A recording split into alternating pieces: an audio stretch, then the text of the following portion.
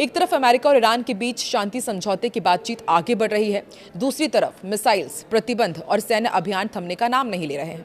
पश्चिम Asia में इस वक्त हालात ऐसे हैं कि शांति की मेज पर एक तरफ बातचीत हो रही है तो दूसरी तरफ युद्ध का मैदान भी गर्म है। इसी बीच अब खबर आई है कि ईरान की 4 शर्तों पर अमेरिका राजी हो गया है और अब सिर्फ ट्रंप की मोहर का इंतजार है। लेकिन सवाल वही कि क्या अब आखिरकार 3 महीने बाद अमेरिका ईरान के बीच शांति होगी क्या? नमस्कार, मैं हूं आकांक्षा और आप देख रहे हैं न्यूज़ 18 का डिजिटल प्लेटफॉर्म। अमेरिकी उपराष्ट्रपति जेडी वेंस ने गुरुवार को कहा कि ईरान के साथ चल रही बातचीत में काफी प्रगति हुई है। हालांकि उन्होंने साफ किया कि राष्ट्रपति डोनाल्ड ट्रंप ने अभी तक प्रस्तावित मेमोरेंडम ऑफ अंडरस्टैंडिंग को मंजूरी नहीं दी है। वेंस ने कहा कि हम कुछ भाषा संबंधी बिंदुओं पर आगे पीछे बात कर रहे हैं, हमने काफी प्रगति की है और उम्मीद है कि राष्ट्रपति इस समझौते का समर्थन करने की स्थिति में होंगे, लेकिन अभी कुछ भी तय नहीं है। इसी बीच खबर यह भी आई कि नेतन्याहू ने अपने सैनिकों से 70% गाजा पर कब्जा करने को कहा है। अमेरिका ईरान अब किन शर्तों पर राजी हुए हैं वो भी आपको बताते हैं। सबसे पहले आपको बताते हैं कि ईरान किन शर्तों पर राजी हुआ है। देखिए, परमाणु हथियार बनाने की कोई इच्छा नहीं, इसका वादा करेगा ईरान। दूसरा ये कि HEU यानी कि हाई एनरिच्ड यूरेनियम, जिस पर लगातार पेंच फंसा हुआ था, इसे छोड़ने पर भी ईरान बातचीत शुरू करेगा, क्योंकि अभी तक ईरान ने यह साफ कर दिया था कि वो एनरिच्ड यूरेनियम को किसी भी हाल में नहीं छोड़ेगा। लेकिन अब यदि बातचीत शुरू होती है छोड़ने पर, तो शायद हो सकता है कि समझौता हो जाए। इधर स्ट्रेट ऑफ हॉर्मुज को खोला जाएगा और जितनी भी माइंस वहां पर बिछाई गई थी उन्हें भी हटाया जाएगा। ये तो ईरान की शर्तें थी जो अमेरिका ने ईरान के ऊपर रखी थी और शायद ईरान इन पे मान गया है। और अब अमेरिका किन शर्तों पर राजी हुआ है वो भी आपको बताते हैं। पाबंदियों में ढील देगा अमेरिका और तेल पर भी ढील दी जाएगी। वहीं फ्रीज फंड छोड़ने पर भी बातचीत होगी और नौसैनिक घेराबंदी जो अमेरिका की तरफ से की गई है उसे भी हटाया जाएगा और लेबनान युद्ध खत्म करने में भी मदद करेगा अमेरिका। यानी कि ये 4 पॉइंट्स है जिस पर अमेरिका बातचीत के लिए तैयार हो गया है। बातचीत के बीच गुरुवार रात ईरान के बुशेहर प्रांत में एयर डिफेंस सिस्टम सक्रिय कर दिए गए।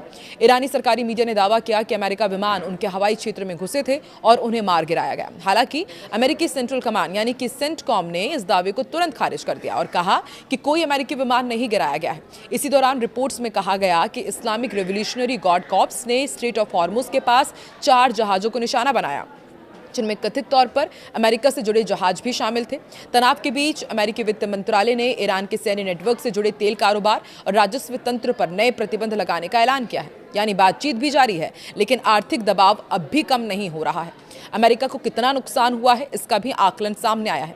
13 मई को जारी कांग्रेसनल रिसर्च सर्विस की रिपोर्ट के मुताबिक 28 फरवरी यानी कि जिस दिन से संघर्ष शुरू हुआ था उससे अब तक अमेरिका को भारी सैन्य और आर्थिक नुकसान झेलना पड़ रहा है। रिपोर्ट में कहा गया कि कम से कम 42 अमेरिकी सैन्य विमान या तो नष्ट हुए हैं या फिर क्षतिग्रस्त हुए हैं। पूरे अभियान की लागत करीब $29 अरब तक जा पहुंची है। अमेरिका ने 24 MQ-9 रीपर ड्रोन भी गंवाए हैं। प्रत्येक ड्रोन की कीमत लगभग $3 करोड़ है।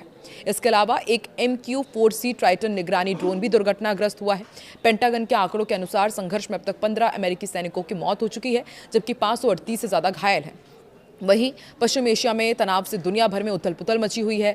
तेल से लेकर गैस और अन्य जरूरी चीजों की आपूर्ति बुरी तरह प्रभावित हुई है। ईरान जंग की वजह से सबसे ज्यादा जो प्रभावित हुआ है वो LPG पेट्रोल और डीजल हुआ और एक और जरूरी चीज की आपूर्ति प्रभावित होने की अब आशंका बढ़ गई है और वो है खाद।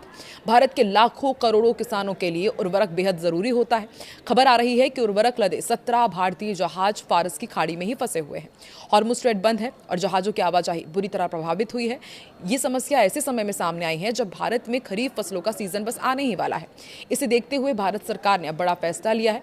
इन सभी जहाजों को सऊदी अरब के रास्ते अब देश लाने की प्रक्रिया शुरू करने की योजना तैयार की गई है।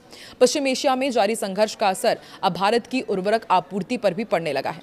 फारस की खाड़ी में भारत आने वाले उर्वरक से लदे 17 जहाज फंसे हुए हैं, जिसके चलते केंद्र सरकार ने वैकल्पिक आपूर्ति मार्ग तलाशना शुरू कर दिया है।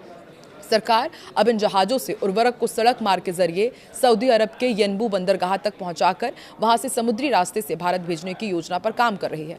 एक रिपोर्ट के मुताबिक उर्वरक विभाग के अधिकारियों ने मंत्रियों के अनौपचारिक समूह को इस प्रस्ताव की जानकारी दी। अधिकारियों ने बताया कि फारस की खाड़ी के बंदरगाहों से यनबू पोर्ट तक सड़क मार्ग की दूरी 1200 किलोमीटर है।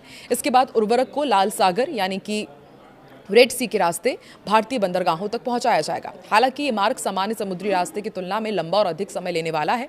अभी तक जहाज हॉर्मुज के जरिए सीधे भारत आते थे, लेकिन क्षेत्र में जब से तनाव बढ़ा है और इस कारण इस मार्ग पर जहाजों की आवाजाही गंभीर रूप से प्रभावित हुई है। एक वरिष्ठ अधिकारी ने यह भी बताया कि मौजूदा स्थिति में 60 से 70 दिनों तक की देरी और बढ़ती लागत सरकार के लिए बड़ी चिंता बन गई है। खासकर जून के मध्य तक खरीफ फसलों के लिए उर्वरकों की मांग चरम पर पहुंचने वाली है। ऐसे में आपूर्ति बाधित होने का खतरा बढ़ गया है। आपको क्या लगता है?